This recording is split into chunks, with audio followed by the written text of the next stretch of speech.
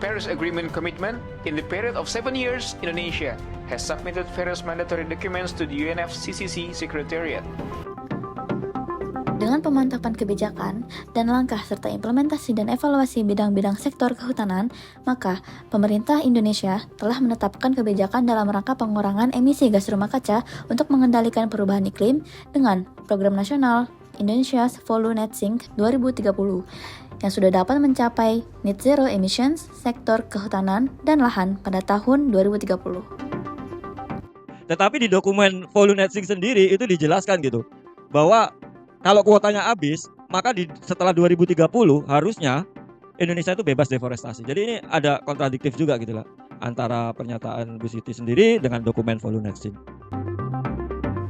Walaupun Indonesia berkomitmen untuk follow net sink, data menunjukkan bahwa dalam kerangka implementasi masih diperbolehkan deforestasi hingga 10,47 juta hektar antara tahun 2021 hingga 2030 menurut Greenpeace 2025. Data ini menimbulkan keraguan apakah karbon kredit dari Follow benar-benar berbasis pengurangan emisi sebenarnya. Kebijakan Follow Net Sink 2030 berpotensi menghasilkan eksternalitas positif, terutama dalam hal konservasi ekosistem dan peningkatan kesejahteraan masyarakat adat maupun lokal melalui penyediaan layanan ekosistem yang berkelanjutan. Contohnya, dengan melibatkan masyarakat dalam konservasi dan pengelolaan hutan, mereka dapat menerima manfaat ekonomi berupa pekerjaan dan pendapatan melalui program-program yang berbasis carbon trading. Di beberapa daerah, kegiatan restorasi hutan telah memberikan manfaat ekonomi langsung kepada komunitas lokal, termasuk peluang untuk berpartisipasi dalam pasar karbon internasional. Dalam carbon trading, kredibilitas sangat bergantung pada sistem MRV, monitoring, reporting, dan verification yang akurat. Jika implementasi Follow Net Sink melemah dalam pengawasan dan verifikasi, maka karbon kredit dari sektor ini bisa dianggap tidak sah karena tidak berdampak secara berkelanjutan di pasar karbon internasional. Di balik potensi manfaat ekonomi dan ekologi dari kebijakan Follow Net Sink, masih terdapat eksternalitas negatif yang tidak bisa kita abaikan. Eksternalitas negatif yang utama adalah deforestasi dan degradasi lahan.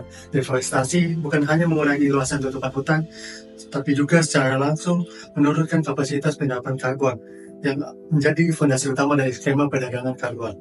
Dan juga degradasi hutan akibat aktivitas perkebunan sawit dan tambak akan menimbulkan efek domino seperti hilangnya keanekaragaman hayati, tergantungnya siklus hidrologi, dan menyebabkan lahan tersebut menjadi rawan terkena bencana seperti banjir dan longsor.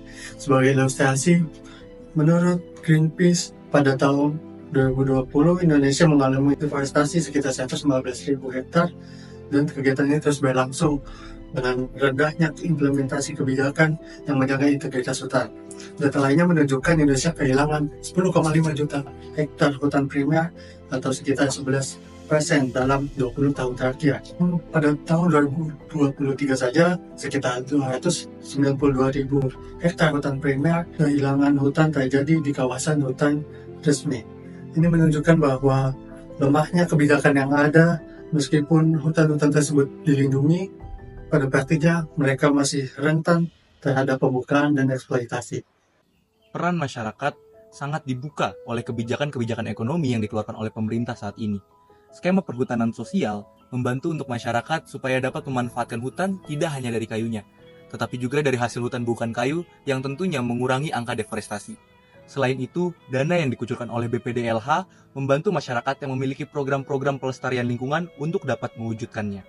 Skema carbon offset dan trading juga memberi kesempatan kepada masyarakat luas untuk menjual karbon sehingga dapat mendapat keuntungan dari pelestarian hutan yang mereka jaga.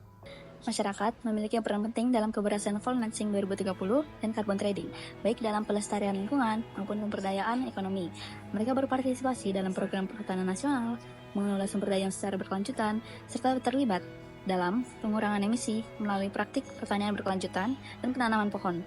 Masyarakat juga memainkan peran dalam pemantauan emisi dan pelaporan data yang akurat melalui sistem monitoring, reporting, dan juga verifications atau MRV.